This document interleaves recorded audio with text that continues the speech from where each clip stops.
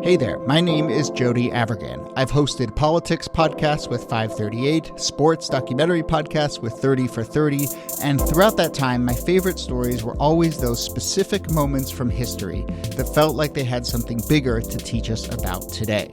So now I am hosting This Day in Esoteric Political History. It's a mouthful, I know.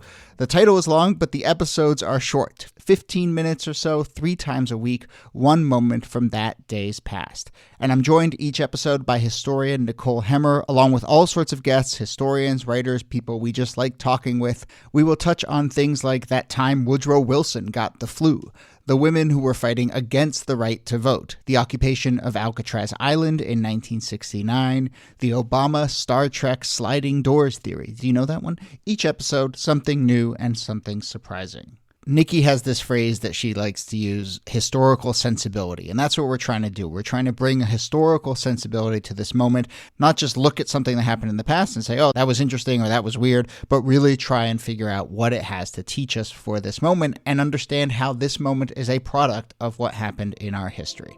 So, This Day in Esoteric Political History from Radiotopia. You don't have to say it out loud. That's my job. All you have to do is subscribe wherever you get your podcasts, which is probably where you're listening to this show right now. And hey, if you're going all in, follow us on social media as well. We're at This Day Pod on Instagram and Twitter. See you soon. I have always considered myself part of a movement. Almost everything was done in the eyes of the gay movement.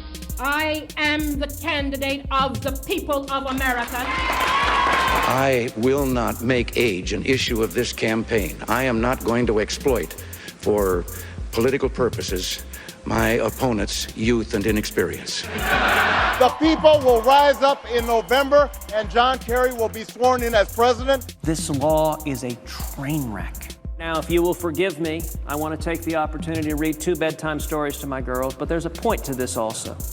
Do you like green eggs and ham? I do not like them, Sam I am. I do not like green eggs and ham.